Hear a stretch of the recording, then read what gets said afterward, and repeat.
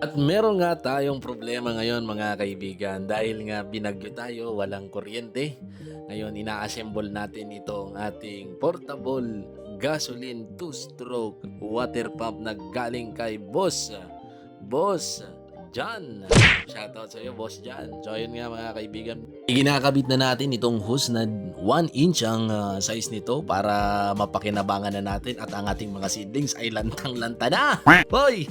Kuryente, alik ko! Baka naman, pakuryentehan mo na. Pero itong time na tong ini-edit ko to mga kaibigan ay may kuryente na. So ngayon mga kaibigan ay problema ko is yung ating mga hose is half inch at 1 inch ito. So ngayon meron tayong solusyon dito mga kaibigan. Itong yan dulo ng split type na yan, ikakabit natin sa 1 inch na hose. So nagkasya naman dyan mga kaibigan. At ngayon ay isusugpon-sugpon lang natin dyan. Oh. Yan, oh. Kita nyo, sugpon lang. So lalagyan natin siya, ng lakid. Yan, lalakan natin siya katulad dito. Yan, may paturo pa. Oh. Yan, oh. Yan. So isusugpon doon and then makakapasok na siya sa system. No, 'di ba? Okay ba? Tarugo. Yang pangalan nga pala niyan mga kaibigan si Tarugo, yang itik na yan. No? Binigay lang sa akin yan.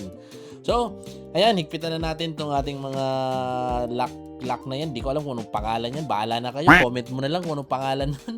And yan, higpitan na natin. At buti hindi na over sa kakahigpit. Ayan, oh, nasugpo na natin. Oh, may solusyon na tayo dyan. Oh. So, yan. Sana kapulot na dyan na aral.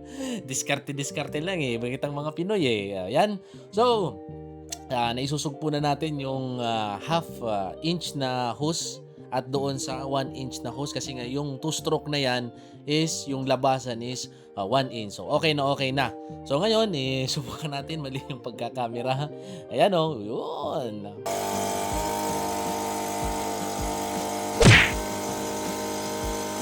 Yun ang ingay no, sakit sa tenga no. So fast forward mga kaibigan, meron kasi tayo yung mga nakaabang na host sa ating nursery. Siyempre kapag para duro-diretso yung kuha natin, yung pagdidilig no. Sana all nadiligan. So mga kaibigan, ayan po makikita nyo sa aking background, ayan natanggal na natin yung mga nursery natin ano, na discrumble na natin. So papunta tayo sa isang nursery natin. Ayan no, makikita ninyo. Chill muna kami ni Boy J. Gerald no.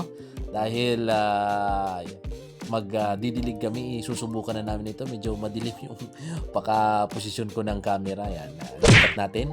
Ayan, so dalawang drum yung ating gamit, no? Isang drum na ordinary at isang drum na may abono. Nga pala mga kaibigan, yan yung ginagamit pa rin namin sa aming pag-apply ng abono. Tinutunaw lang namin dyan, tapos pinapasipsip namin dito sa two-stroke na portable na water pump. And then, ibubuga na. Sana, binuga. So, ibubuga na dyan sa ating mga seedling. Ayan, no? So, bomba-bomba lang tayo mga kaibigan, no? Medyo kwan lang talaga, tiyagaan lang sa pagbomba hanggang sa mapuno yan. And yun, successful. Hindi na tayo magmamano-mano sa pagdidilig, no? Ayan, makikita nyo na napakinabangan yung ating binili na portable na two-stroke water pump kay Boss John. Maraming salamat Boss John sa pagbibigay sa amin ng pabor na ibenta yan. Kasi hindi niya naman daw nagagamit, kami na yung gumamit. So, yun mga kaibigan. Maraming salamat sa panonood sa aming farming videos. Nagbabalik yung vlogger na tamad mag-upload, tamad mag-video. Pero marami pa rin nanonood. Thank you!